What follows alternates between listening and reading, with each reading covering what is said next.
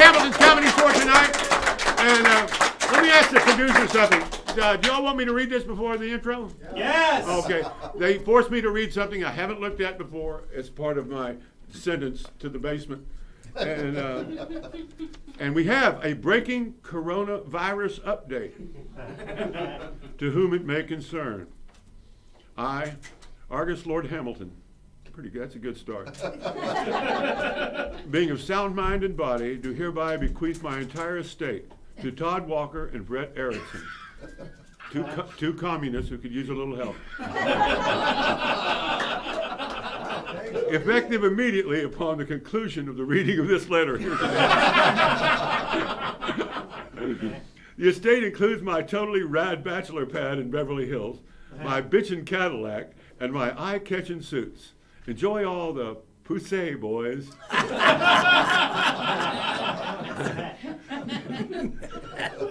hope you can juggle as well as I can. My PlayStation 4 goes to Schmitty. He always loved that thing. This letter is over, so now Brett and Todd own all my stuff. Thank you and Godspeed. I love those guys. Let them hear it. All right. Now, this is an intro I've been waiting to do for a long time. This is a born funny man. He kills it. He's about to do a huge arena downtown with Adam Carolla. All the success, a bazillion followers, and we get him right now. Give it up for Steve O, ladies and gentlemen. Argus, the letter was good, but the monologue was great. Thank you. Thank you very much. I appreciate it, buddy. Now, I said that when the cameras weren't rolling. He said, hey, wait, hold on. Say that when we're going. But I mean it. I really mean it. I enjoyed that. Thank you. I wanted to be Will Rogers. I turned out to be Jack Benny with the ego. I want to know, ask you about Clown College. Sure. You're the only stand-up I've ever met that came out of Clown College. That's in Florida, right? It was in Sarasota, Florida. Now it's on Capitol Hill.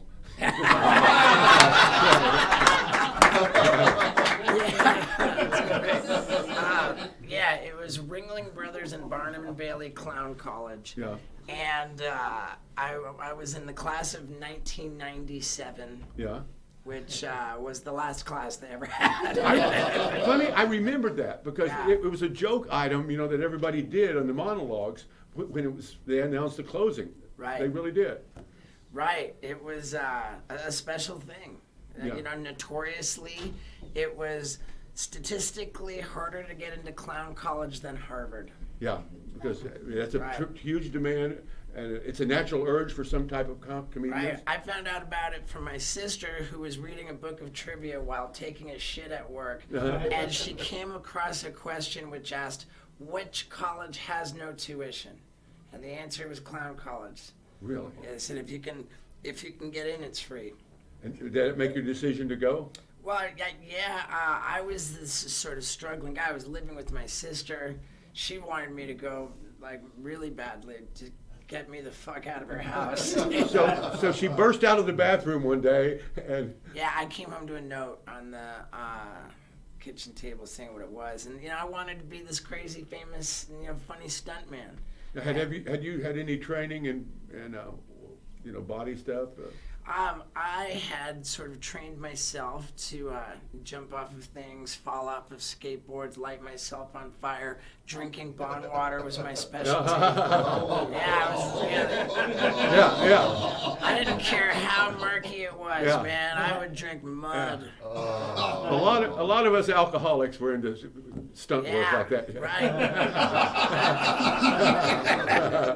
Right. I would do whatever. I would just consider myself a world-class attention whore. That's all it is, Yeah, that's right. That's all it is. It's people. What were some of the things they taught you at Clown College? Well, what you had to learn was stilt walking. That was the only Yeah. non-negotiable. Everybody had to be on stilts at some point. And beyond that, you just had to try your best at everything. Yeah. There was acrobatics, dance, juggling, clowning, makeup.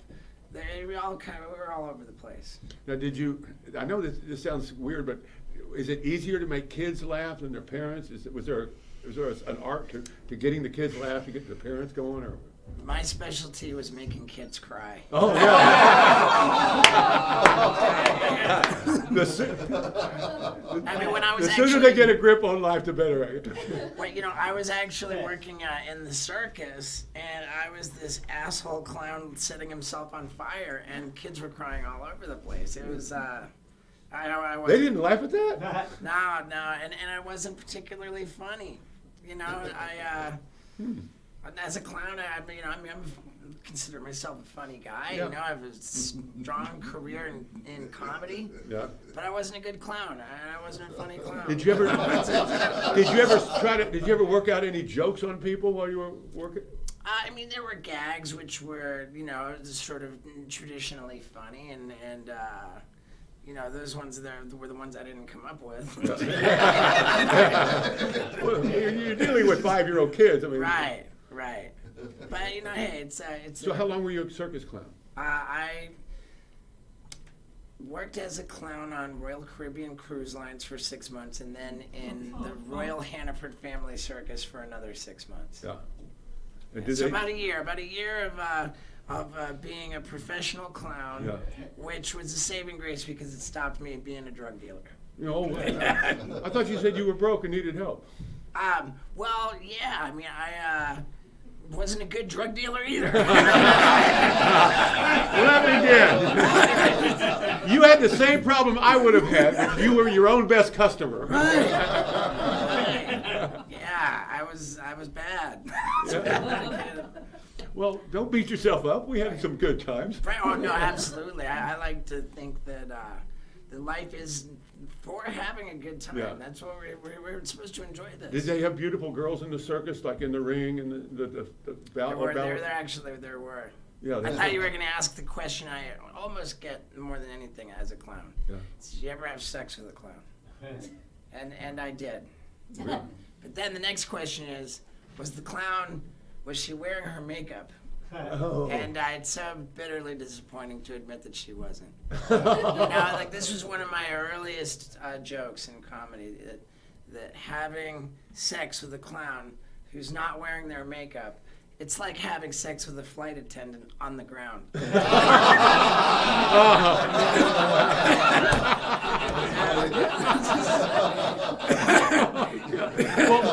Well, I wasn't going to ask about the clown. I was going to ask if you ever had it with a trapeze artist. I thought that'd be more That's interesting. good. I can't believe the way that joke just killed. Where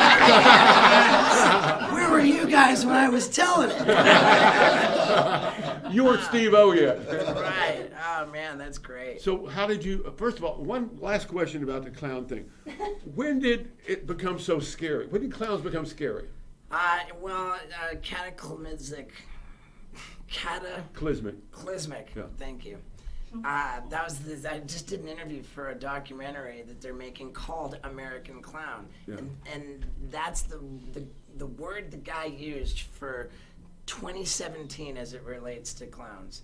You had the Ringling Brothers and Barnum and Bailey Yeah. Circus go out of business for the practice of whatever they're doing with the animals was Right. really what put them under, and God bless, because animals shouldn't have been in the circus to begin with.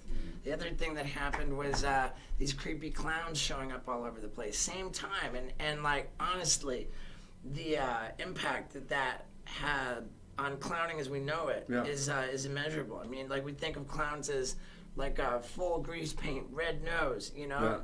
and we don't have that anymore. Right. Oh, in the movie It, that didn't help either. Right. I had a joke at the height of the clown scare. It was about 2 autumns ago. Okay. That up in the Midwest, they were just all over Minnesota. Remember? Uh-huh. These kids, and that the police have asked white women to chill with the makeup till we get this clown situation under control.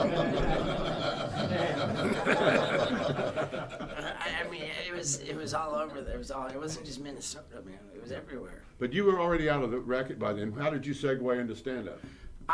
Well, there was my first time that I ever did stand-up. I wasn't planning on doing it. It was 2006. Yeah. And a comedian, I'm sure you know, Skylar Stone, asked me if I would perform a stunt at the Laugh Factory during his show that he was putting on. And I said, of course I will, you know, like I'm there. And I was loaded on drugs and alcohol. I really gave no thought as to what I would do, but I showed up like I said I would. And when I walked into that Laugh Factory, I looked around. I thought, what could I do on the stage tonight that would just be crazy? You know, what stunt? What? And it struck me, man, as I observed what was going on that stage, that nothing would be crazier than for me to try that shit. Like to try and make people laugh without doing anything, just with words. Giving your body a break and just talking. Right, and I mean, there was no motivation for give my body a break. It was just, this was legitimately the craziest thing I could imagine trying, and so it was, you know, a while that I had to wait before it was my turn to get on stage, and I sat there up in the, you know, at a little table upstairs and just racking my brain. Oh my God, with this anxiety, what am I going to try to make people laugh? What am I going to do? And I came up with my first joke. Yeah. And I remember it was a really good one. Yeah. Okay. And before I even got to that first joke, being introduced on stage, it was Tiffany Haddish introduced me on stage. I just had this overwhelming sense that the crowd was there to have a good time. They were excited to see me. They were rooting for me. They were on my side, you know? And, man, I just felt this support. I got on stage and I said, hey, everybody, I am in the mood for a blowjob. Does anybody want one?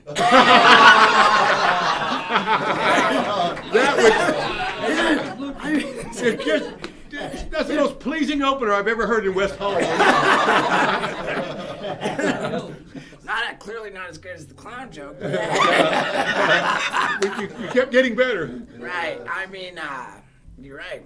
Improvement, man. But so yeah, I had a really favorable, roughly 3 minutes maybe I was on stage. But that's all you needed. I felt it kind of going downhill a little bit, so I decided to get out of there. And the experience really was so positive for me that I actually scheduled my return before leaving the building. Really? And I even prepared a set to come back with, and that one is actually on YouTube, and you know, it wasn't anything great, but I got laughs where I was looking for laughs. You know, it was. Did Jamie encourage you over there? He did. Yeah. He did. He said that he thought I had natural ability. Yeah. And he probably shouldn't have told me that, because they're, you know.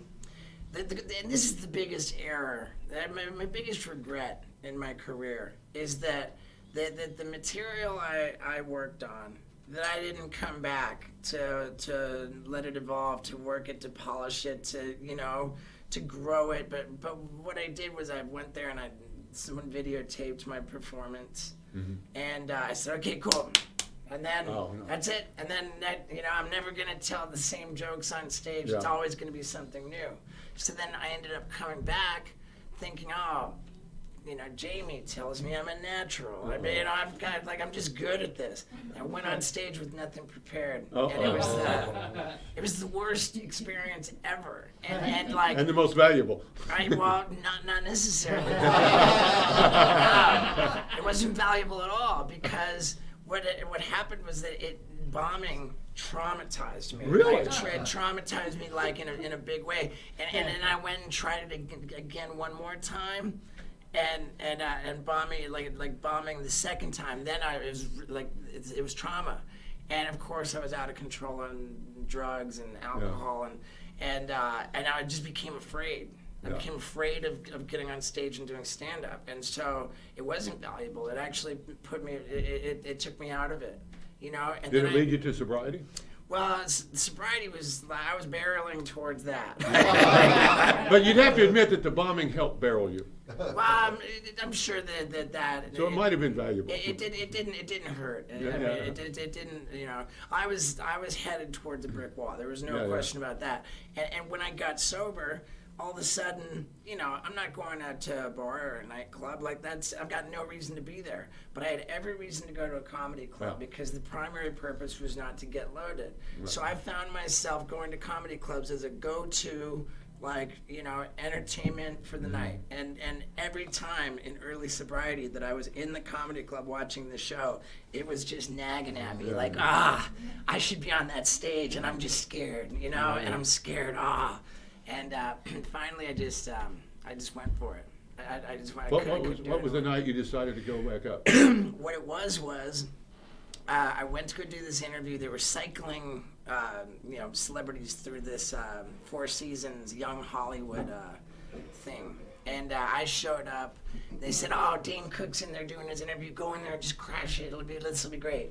And I walked in and I met Dane Cook, and he was, you know, super cool to me. And I said to him candidly, I said, "I've dabbled in stand-up, and you know, I really want to like get into it in earnest." And he said, "Great, you know," he said, "Great, we'll swap numbers. I'll get you up at the Improv next week." Yeah. And I was like, win, lose, or draw, I'm going on that stage at the Improv, and I'm doing it. Yeah. And I just committed to it, and I worked on material, and then that would ultimately. Did you do your tried and true material from before? I did not. No, I didn't. My new first joke was. I said at the time I'd been sober for 2 years and change. Mm-hmm. I've been sober for 2 years and change. And I've been sober ever since Johnny Knoxville staged an intervention on me. Yeah. And you know you have a problem when your interventionist is Johnny Knoxville. So, yeah. It's like Charlie Sheen telling you how your drinking is affecting you. Right, you know, and it was fun. It was sort of a new, like my comedy has always sort of, you know, tracked my personal experience in life, and that's it's wonderful. And my you know my first 5 years I worked on that first hour, you know, and then ultimately that was my first comedy special, and it was all regaling groupie sex stories and, you know, really kind of blues stuff. I would really lean into the blues sex stuff, and then after that I did the next hour, which was sort of more of a journey through my criminal record. Well, that's and my you were doing the fourth and fifth step. Right, the criminal record and drugs and alcohol and, you know, all that sort of sketchy stuff. But the thing was that it was all living in the past, and I felt like, man, it's kind of it's just like it's going to become depressing if I'm just rehashing up old stories. So, what I've done with this new tour, and it's so exciting for me. It's called the Bucket List Tour, and I had these just utterly absurd ideas for jackass stunts. They were just too much, and I never thought they were going to happen. I went and did them all. And I put together an hour, you know, describing the origins of the stories, you know, or the origins of the ideas, how executing them, you know, impacted my relationship. And after each bit in the act, I screened the footage of the events taking place. So it's like kind of, it's multimedia, part Jackass premiere, part stand-up show, and just all completely bonkers, and I love it. Okay, so you're going downtown?